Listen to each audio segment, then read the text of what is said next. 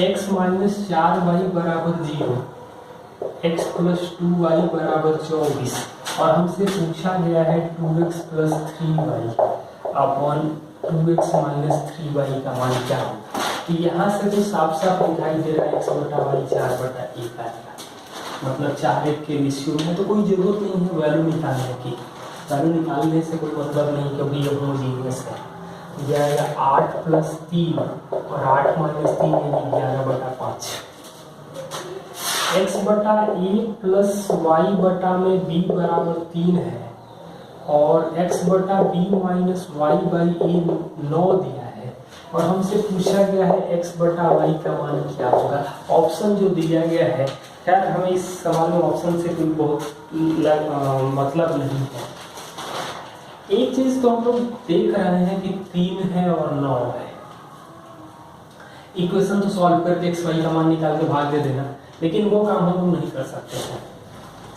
यहाँ 3 से गुणा करें, मतलब ये 3 से गुणा करें तो 3x by A plus 3y by B आ जाएगा x by B minus Y by A.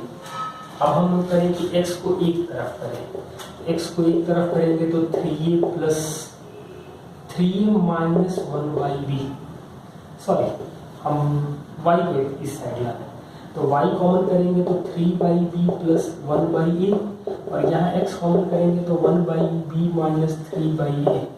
अब एलसीएम तो ए बी आ जाएगा, x बटा वाई है तो ये आ जाएगा 3a प्लस बी और ये आएगा a माइनस 3b x बटा वाई, क्योंकि ए बी तो कैंसिल हो जाएगा।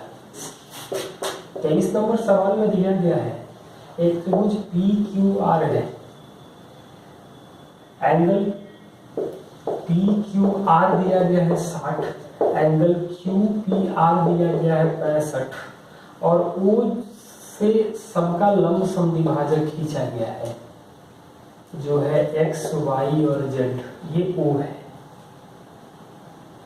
ये लंब समद्विभाजक दिया गया है। OX, OY और OZ त्रिभुज के भुजाओं के लंब समद्विभाजक है।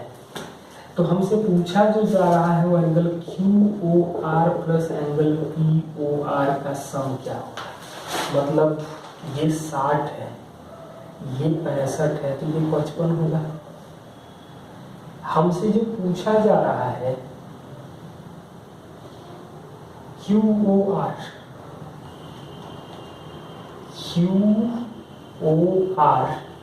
और POR मतलब ये, मतलब कि पूरे में से ये नहीं है और ये लंब समद्विभाजक है यानी कि परिवृत्त बनेगा तो ये 55 है तो 110 है, मतलब बाकी दोनों का सम जो आ जाएगा वो 250 आ जाएगा। अलग अलग निकाल के भी कर सकते थे लेकिन ज़्यादा आसान काम ये है, ये 55 निकाल के केंद्र पर एक वृत्त बनेगा परित्रिज्या से। क्वेश्चन नंबर 24 दिया गया है त्रिभुज PQR में, PQR में कोण Q 90 डिग्री है, PQ 10 है, PR 26 है, तो अंतःवृत्त की त्रिज्या क्या होगी। तो ये 24 होगा, ट्रिपलेट याद रखो। कैपिटल R आ जाएगा 26/2 यानी कि 13 और capital R plus small r आएगा 24 प्लस 10/2 यानी कि 17, तो स्मॉल r का मान आ जाएगा 4 सेंटीमीटर। क्वेश्चन नंबर 25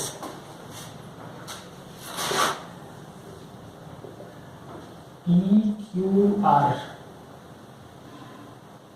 ये दिया गया है x और y, यहाँ एंगल 75 दिया गया है, ये 105 दिया गया है और अलग से ये भी दिया गया है हमें QR अपॉन XY का मान है 14/9, PY का मान दिया है 18, तो PQ का मान क्या होगा। तो ये एंगल 60 दिया गया है, 105 होगा तो ये 75 हो जाएगा, मतलब हम लोग कह सकते हैं ये तो कॉमन है एंगल, तो ये 75 के बराबर हो, मतलब कि ट्रायंगल PYX सिमिलर होगा ट्रायंगल PQR के। तो QR के अपॉन में होगा XY और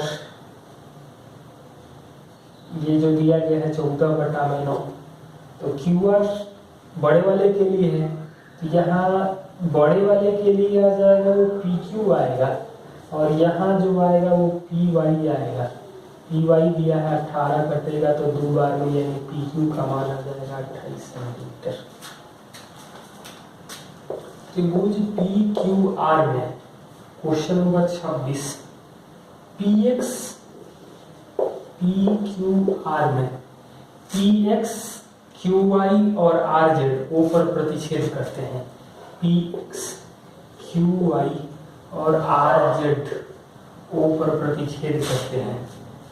ओपी दिया गया है 6, ओपी दिया गया है 6, पी एक्स दिया गया है 8, यानी कि ये आ जाएगा 2। OQ दिया है 4, OQ दिया है 4, तो QI का मान क्या होगा?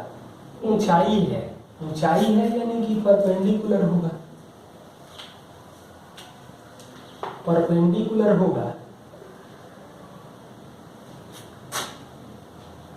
ये 2 है, ये 4 है, इसका मतलब है कि ये 30 डिग्री होगा, ये 60 डिग्री होगा। ये 60 होगा तो ये भी 60 होगा, तो ये 30 होगा।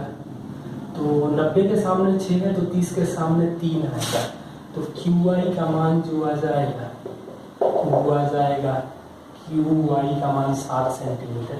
ये बेसिकली जो मैं बार बार यूज कर रहा हूँ, ये 90 है, ये 30 होगा तो 60, 30 के सामने 1 होगा, 60 के सामने √2 और √3 और 90 के सामने 2 होता है।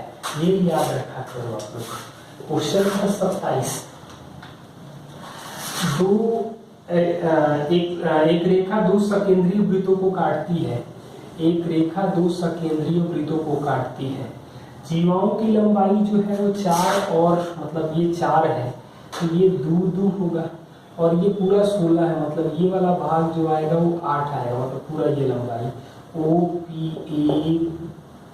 ए बी और सी डी। तो त्रिज्याओं का, दोनों वृत्तों के त्रिज्याओं के वर्गों का अंतर, मतलब capital R square minus small R square. तो कैपिटल आर स्क्वायर को हम लोग कह सकते हैं ओपी का स्क्वायर प्लस 8 का स्क्वायर, और ये लिख सकते हैं ओपी का स्क्वायर माइनस प्लस 2 का स्क्वायर, यानी घटा देंगे तो ओपी स्क्वायर कट जाएगा 64 माइनस 4, यानी ये 60। क्वेश्चन नंबर 28 नंबर में भी इसका यूज हम लोग करेंगे, जो अभी हम लोग देख रहे थे। एक चतुर्भुज दिया गया है PQRS, इसके अंतर्गत एक वृत्त है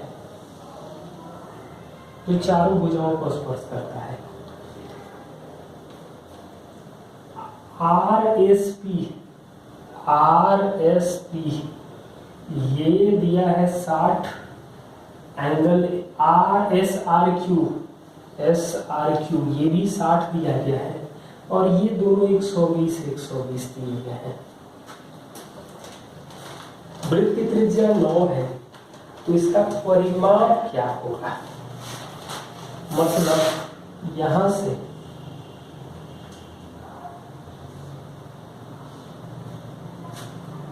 एक लाइन हम लोग बनाते हैं, तो ये इसके बराबर होगा, तो ये 30 आ जाएगा। ये त्रिज्या 9 है, मतलब 30 के सामने 9 है, तो ये तो परपेंडिकुलर होगा, तो ये आ जाएगा 30 के सामने 9 है, तो 60 के सामने आएगा 9√3, ये भी ऐसे ही 9√3 आ जाएगा। लेकिन यहाँ जब 60 के सामने 9 है, तो 30 के सामने जो आएगा वो 3√3 और 3√3, मतलब 4 बार 3√3 और 4 बार 9√3, यानी 12√3 4 बार, यानी कि इसका पेरीमीटर जो आएगा वो 48√3 सेंटीमीटर आएगा। 29 नंबर सवाल में दिया गया है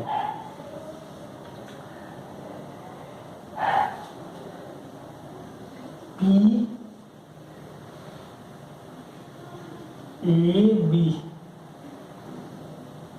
ये O है, और CD दी गई आकृति में ओ केंद्र है, पीए और पीबी स्पर्श रेखाएं हैं, ओसी और ओडी क्रमशः पीए और पीबी के समानांतर है, मतलब ये इसके समानांतर है, ये इसके समानांतर है। एबी की त्रिज्या 5 दिया गया है और एबी की भी लंबाई 5 है, मतलब ये 5 है, ये 5 है, 5 है, मतलब ये 60 डिग्री होगा, ये 60 होगा तो ये 120 होगा। दोनों ये ओसी के और पीबी ओडी के समानांतर है, मतलब ये वाला एंगल जो होगा 120 हो जाएगा, क्योंकि दोनों के बीच का कोण भी बराबर होगा। क्वेश्चन नंबर 30, ये फिगर दिया गया है, ए बी ये ओ है, ये सी है और एक स्पर्श रेखा एक्स और ये वाई है। ओ वृत्त का केंद्र है, ए बी व्यास है, एक्स वाई स्पर्श रेखा बिंदु सी पर है, ए सी एक्स 35 है, ए सी एक्स 35 है, तो सी ए बी पूछा गया है, एंगल सी ए बी क्या होगा? तो